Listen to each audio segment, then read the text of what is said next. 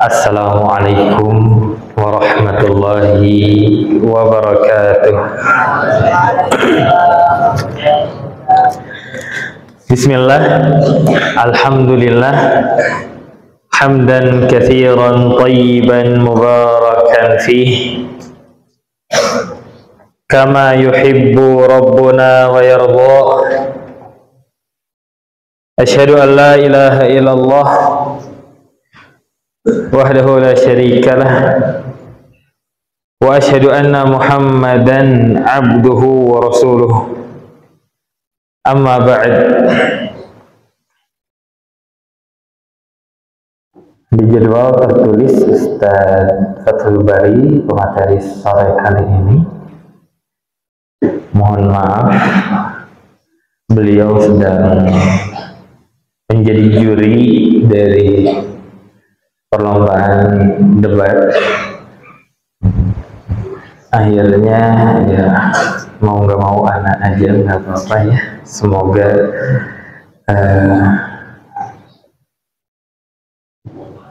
ya mungkin di lain waktu Ustaz Fathul Bari bisa berbagi ilmunya di masjid ini. Baik, teman-teman semuanya dari kelas 7, 8 sampai 12, nikmat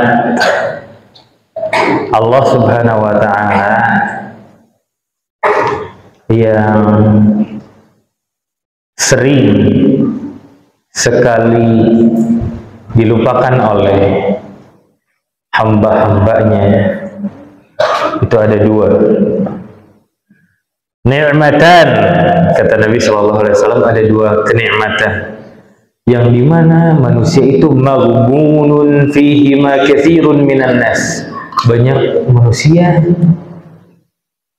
yang lupa dengan dua nikmat tersebut.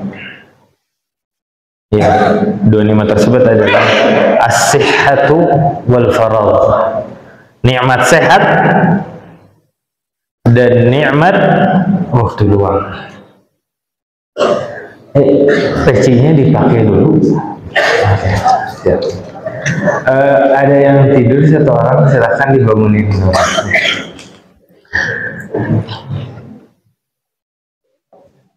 Banyak yang sakit nggak bisa beribadah. Banyak yang sakit akhirnya nggak bisa menuntut ilmu. Makanya nikmat sehat, nikmat yang harus kita jaga, yang harus kita manfaatkan untuk melakukan sesuatu yang bermanfaat, beribadah, menuntut ilmu. Makanya kata orang Arab, as-sihhatu tajun ala ru'usi as-sihha.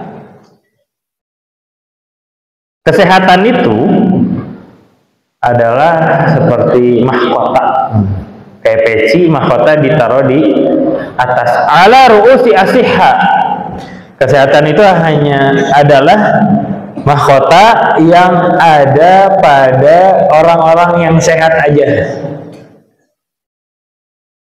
Tapi kadang, seringkali, bahkan mungkin sekarang kita orang-orang yang sehat ya, lupa kalau sehat itu kenikmatan, sehingga menggunakannya dengan hal-hal yang tidak diridhoi oleh Allah Subhanahu wa ta'ala. Kenapa? Karena ternyata kata orang Arab tersebut ya, la yanzuruha illal marda. Nikmat sehat tersebut tidak dirasakan atau tidak dilihat, mahkota kesehatan tersebut tidak dilihat kecuali oleh orang-orang yang sakit. Jadi orang yang sakit itu pengen belajar tapi nggak bisa karena mereka sakit, pengen beribadah nggak bisa karena mereka sakit. Makanya nikmat sehat harus kita maksimalkan untuk melakukan hal yang bermanfaat. Yang kedua, al-faragh, waktu luang. Makanya kata orang ya, kalau bahasa Inggrisnya mungkin kalian udah tahu ya. Kalau di bahasa Arab, al-waqtu kadzahab. Waktu itu seperti emas, seperti apa namanya, uang gitu ya, seperti rupiah, seperti dolar. Tapi ternyata kalau orang Arab enggak seperti itu, tidak menggunakan huruf kaf, tapi dengan perkataan lain, al-waktu aghla minadz zahab. Jadi kan time is money ya kalau kata orang-orang. Kalau kata orang Arab enggak. Waktu itu bukan uang, tapi waktu lebih berharga dibanding uang, lebih berharga dibanding emas. Karena uang datang dan kembali. Adapun waktu, ini sekarang hari Ahad ya, tanggal 20 April. Iya, 20 April 2024, jam 3-nya itu udah terlewat. Jam 3-nya udah kelewat. Dan nggak mungkin kembali lagi. Jadi waktu itu lebih berharga dibanding emas. Karena harta itu datang dan kembali. Adapun waktu kalau udah lewat, udah nggak akan kembali lagi. Makanya kata orang-orang yang udah sepuh, mereka mengatakan laitas syabab ya'udu sa'atan. Mereka merengek, pengen banget masa muda itu kembali. Gak bisa. Jangankan masa muda ya, yang bertahun-tahun lamanya yang diharapkan oleh orang-orang yang udah sepuh untuk kembali, jangankan itu. Jam 3 di hari ini aja udah gak bisa kembali. Kita udah nggak bisa baca Quran di waktu tersebut, udah nggak bisa. Makanya maksimalin waktu-waktu yang ada, waktu yang sekarang nih dan yang akan datang. Kita persiapkan semuanya untuk melakukan hal-hal yang bermanfaat. Jangan melakukan hal-hal yang tidak bermanfaat, bahkan bermadharat.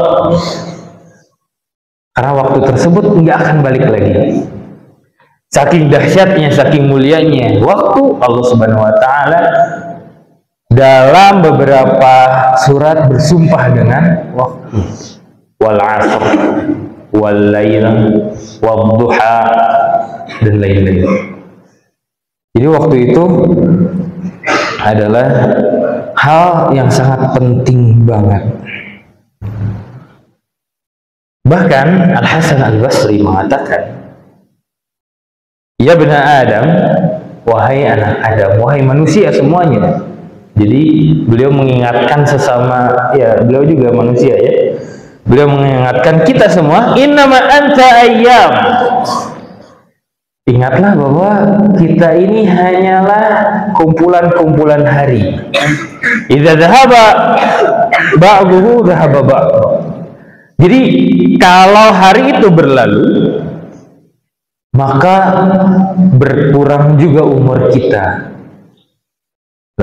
Tadi ya, waktu itu nggak akan kembali lagi. Jadi hargailah waktu. Bahkan Ibnu Mas'ud mengatakan, "Ma nadimtu ala syai'in nadamati ala yaumin gharabat fihi syams naqasat fihi amali walam yazdad fihi amali." Nggak ada yang paling di nadim itu apa? Menyesal. Nggak ada sesuatu yang paling disesali oleh Ibnu Mas'ud kecuali penyesalan Ibnu Mas'ud ketika berlalu, ketika suatu hari matahari terbenam tapi amalannya malah berkurang dan amalannya enggak bertambah. Jadi kalau ada hari nih tapi di hari itu enggak nambah pahala, malah berkurang amal ibadahnya, itu sesuatu yang sangat apa tadi lupa, yang sangat disesali oleh Ibnu Mas'ud. Sehingga beliau mengatakan kembali, inilah abghadar rajul arahu farighan la fi umuri dunya wala fi umuri akhirah. Makanya Ibnu Mas'ud itu sangat marah ke siapa? Ke seseorang yang dia lihat nggak ngapa-ngapain. Orang tersebut diem aja, nggak melakukan hal yang baik dalam perkara dunia maupun perkara akhiratnya. Diem gitu ya, nggak melakukan hal yang bermanfaat. Kesel gitu Ibnu Mas'ud. Ibnu Mas'ud sahabat ya, radhiyallahu anhu. Ada ulama yang hidupnya nggak jauh sama kita. Namanya Syekh As-Sa'di, kita kenal. Beliau, ada yang pernah dengar Syekh As-Sa'di? Kalau Ibnu Utsaimin pernah dengar Syekh Utsaimin?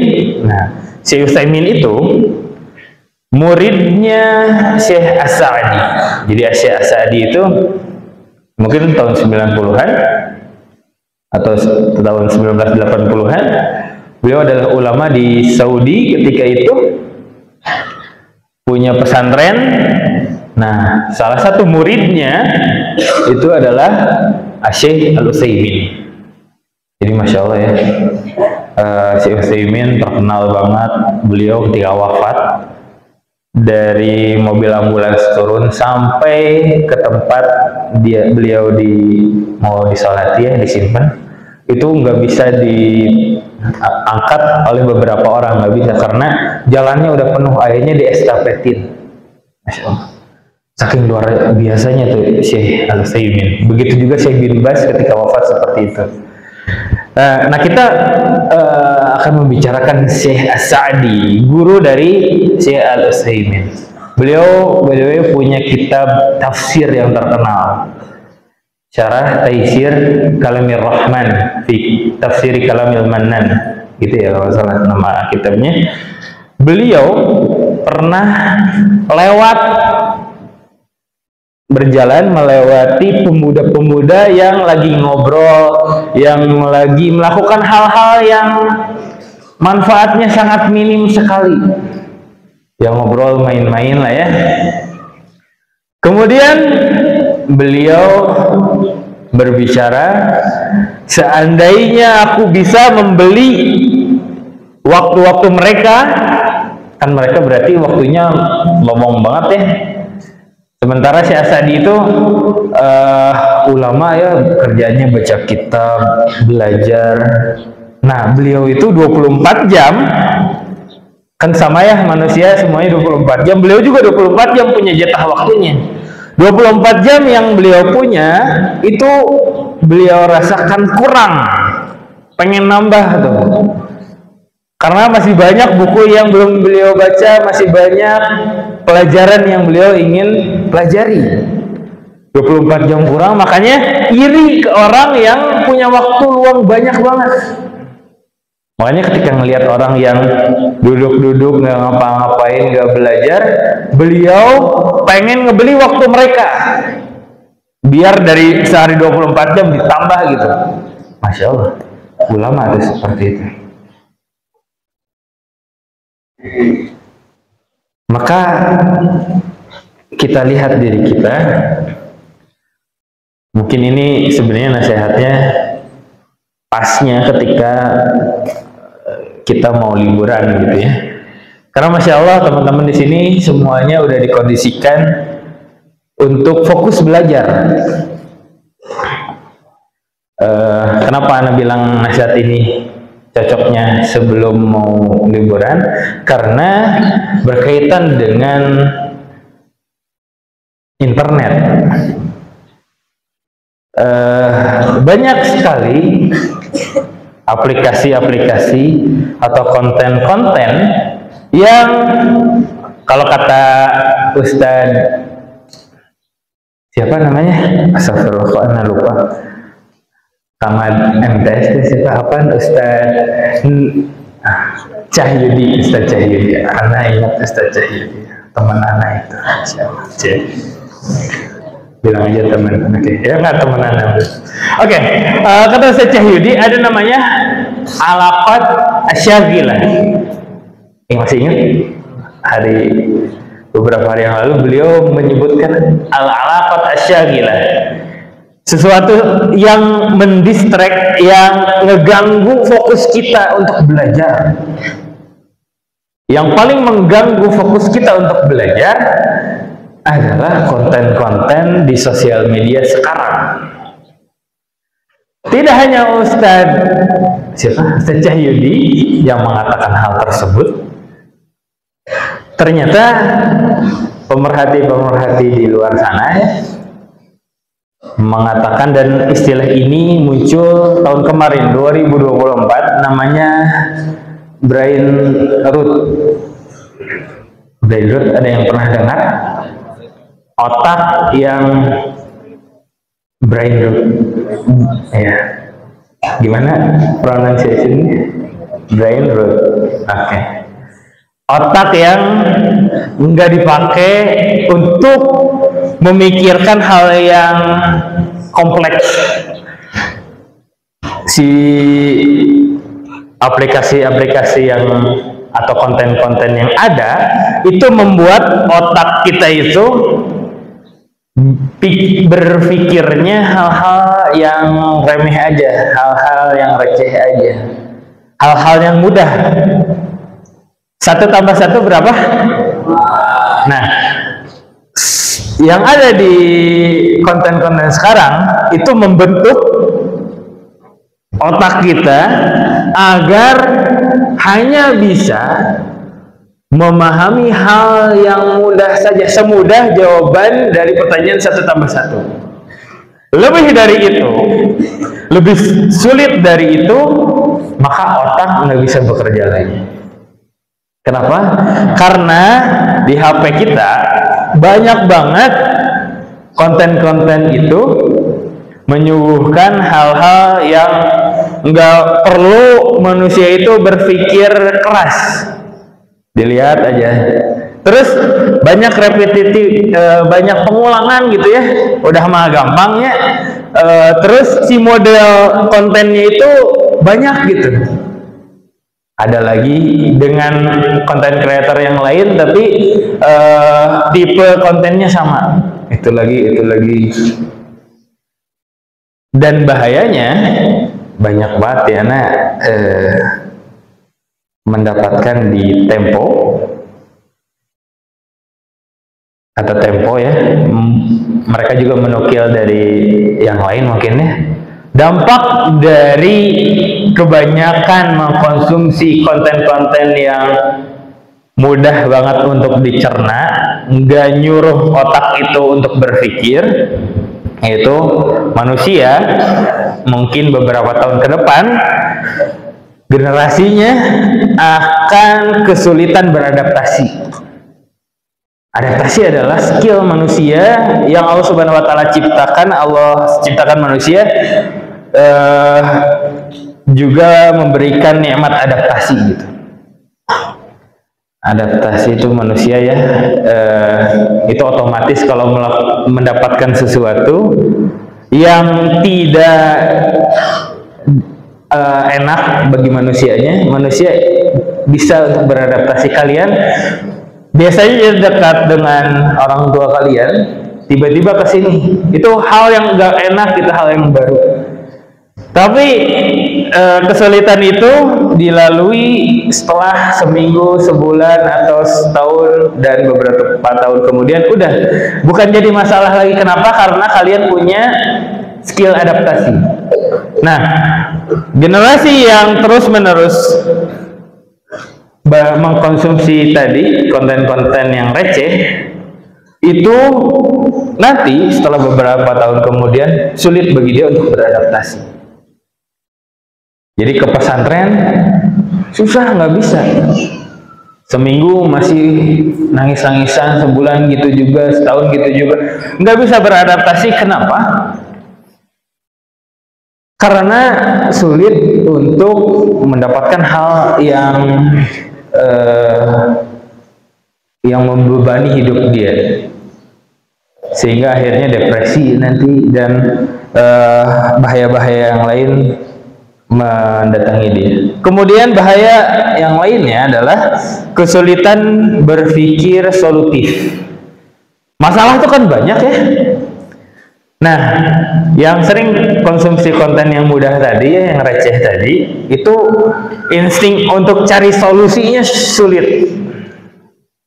Jadi kan manusia punya masalah, itu Allah beri karunia untuk berpikir gimana keluar dari masalah tersebut, cari solusinya gimana. Manusia tuh instingnya kuat gitu, manusia zaman dulu.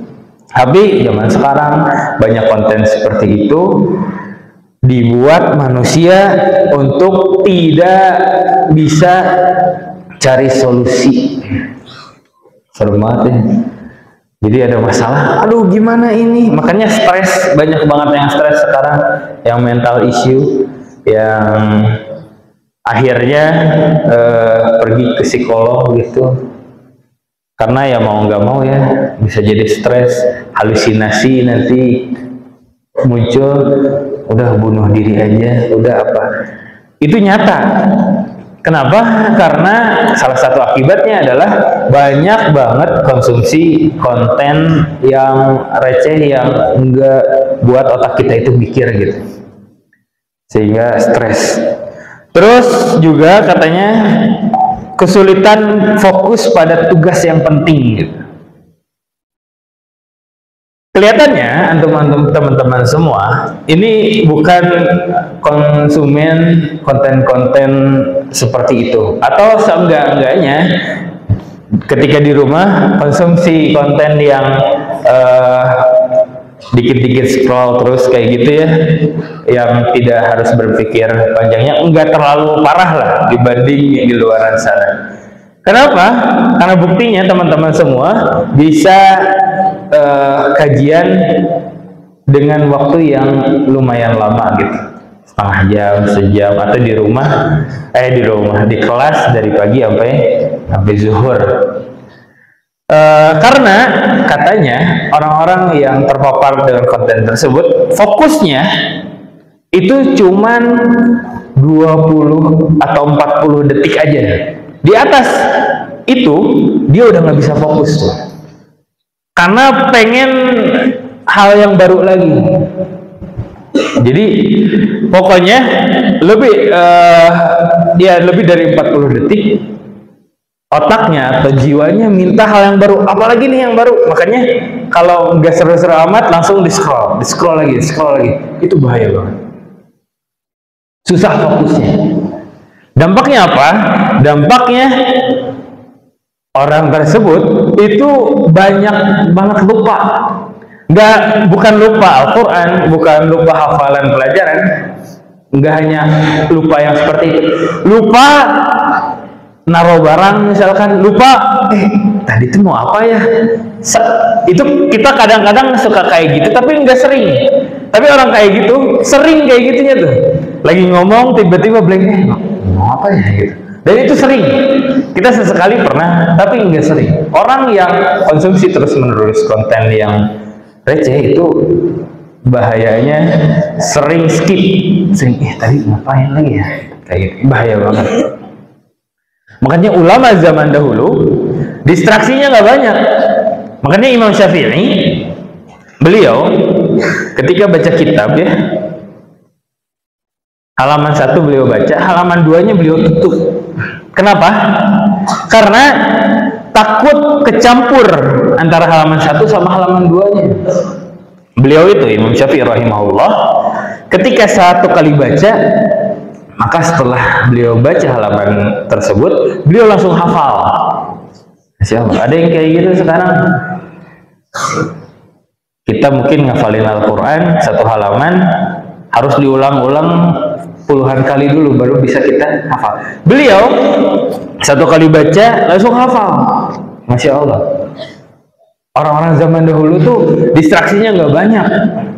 Distraksi itu ala-ala asyagilah, yang ngeganggu fokus kita itu nggak banyak gitu ya. Makanya kayak gitu. Kita gangguannya banyak. Bahkan orang-orang yang buat konten tersebut atau orang-orang yang ngedesain si aplikasi tersebut itu ngebuat manusia supaya nggak punya fokus yang kuat gitu. Jadi si akalnya tadi apa, brain rot, bahaya banget. Oleh karena itu, hal-hal yang didapatkan dari konten-konten di aplikasi di HP sekarang. Makanya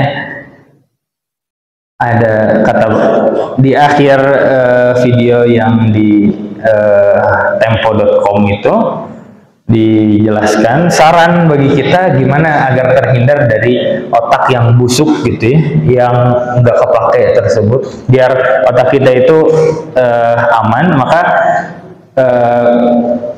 oke lah, pakai HP nggak mungkin teman-teman semua selama liburan nggak megang HP, nggak mungkin ya.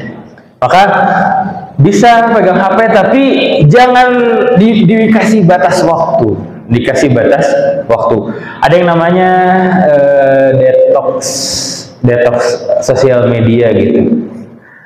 Jangan, misalkan dalam sehari dikasih waktu maksimal sejam gitu.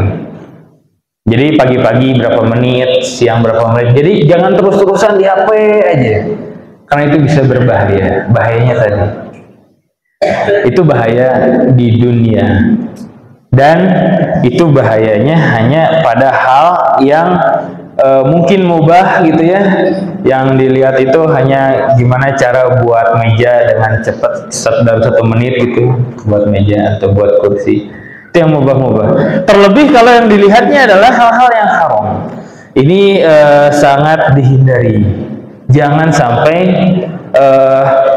kita terjerumus pada hal tersebut. Makanya Ustadz Firanda mengatakan kalau ada konten yang haram lewat, dan pasti ada kan, mau nggak mau itu maka jangan kita lihat lama-lama, langsung di scroll aja. Tapi kalau algoritmanya udah disetting seperti itu, artinya orang tersebut membukanya hal yang seperti itu, maka yang dimunculkannya hal yang seperti itu, maka bertobatlah kepada Allah Subhanahu wa Ta'ala. Karena Nabi SAW ini nasihat dari manusia yang sangat mulia. Beliau mengatakan, min husni islamil mar'i tarkuhu ma la ya'ni. Islam yang baik itu yang seperti apa? Seorang muslim yang meninggalkan hal-hal yang tidak penting baginya. Makanya sosial media itu sebenarnya nggak penting-penting amat. Asatidzah banyak yang menyarankan untuk menghapus aplikasi-aplikasi sosial media, Instagram, apalagi Facebook, Twitter atau X sekarang, atau apapun itu yang nggak bermanfaat, maka dihapus aja, nggak ada manfaatnya. Dan terlebih ya, di sosial media itu yang dilakukan oleh seseorang adalah melakukan komentar ya. Dan komentar itu biasanya kalau mengomentari seseorang di depannya, mungkin kata-katanya dibuat baik gitu ya, disusun dengan baik. Tapi kalau komentar nggak di hadapan orangnya, yaitu di sosial media, itu pribadi kita biasanya lebih berani gitu. Makanya bahaya, mendingan ditinggalin.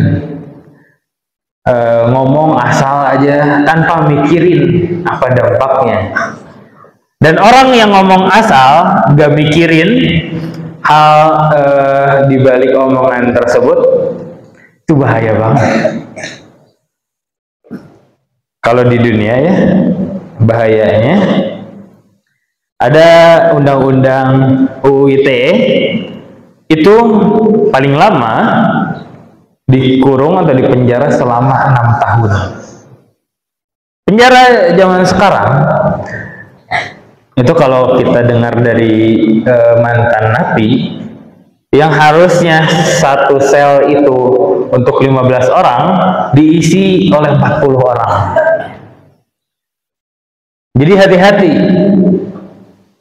bicara, hati-hati bersosial media, karena bisa jadi dengan jempol seseorang, orang tersebut bisa dipenjara 6 tahun dalam satu sel yang harusnya 15 jadi 40 orang karena over capacity.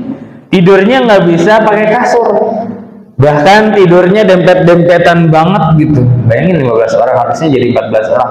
Bahkan di salah satu atau di beberapa penjara, saking over capacity-nya, tidurnya ganti-gantian.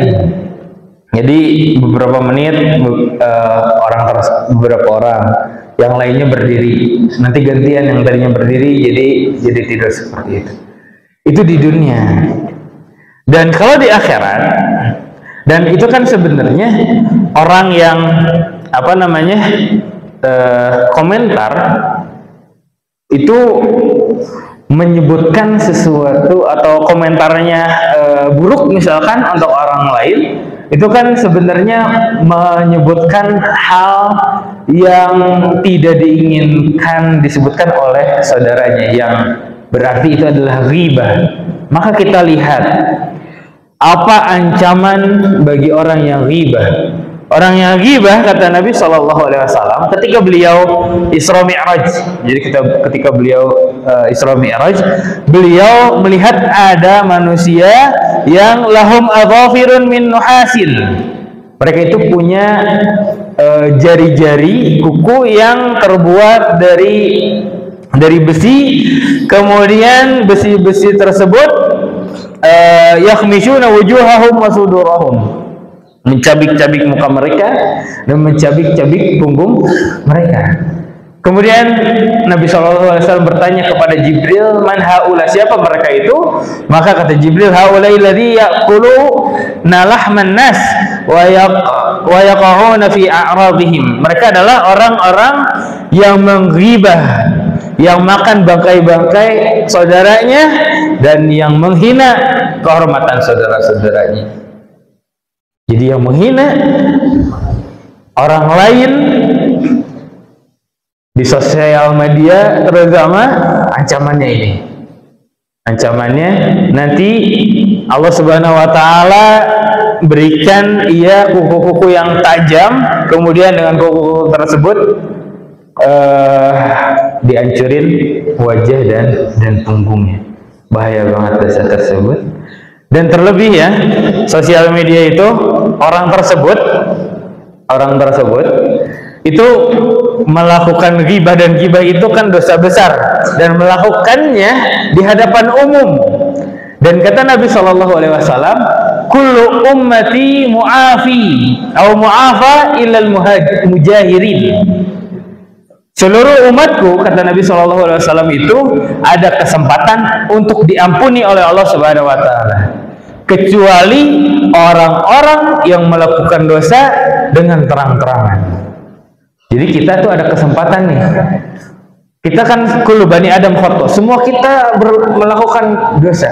Tapi jangan khawatir, seluruh dosa yang kita lakukan bisa diampuni oleh Allah Subhanahu wa taala. Syaratnya apa? Tidak diumbar ke orang lain. Nah, orang yang ghibah, orang yang menghina saudaranya di sosial media, dia telah melakukan dosa besar dan dia umbar dosa besar tersebut. Dan kata Nabi SAW apa? Kullu ummati mu'afa illal mujahirin. Seluruh umatku, seluruh manusia ada kesempatan untuk dosanya diampuni, kecuali orang-orang yang terang-terangan melakukan dosa tersebut. Maka dari itu teman-teman semua, berhati-hatilah dalam bersosial media. Jangan terlalu banyak main HP ketika di rumah, sekedarnya aja. Jangan ada waktu main HP, ada waktu main HP. Karena ya tadi si Asadi jangan sampai mungkin nanti ya sebenarnya kalau si Asadi ketemu kita malah si Asadi pengen beli waktu yang kita punya, itu sangat memalukan. Ya semoga yang kita sampaikan atau yang kita pelajari hari ini bisa bermanfaat. Hadza wa sallallahu ala nabiyina Muhammad. Subhanakallahumma wa bihamdika asyhadu an la ilaha illa anta astaghfiruka wa atubu ilaik. Wassalamualaikum warahmatullahi wabarakatuh.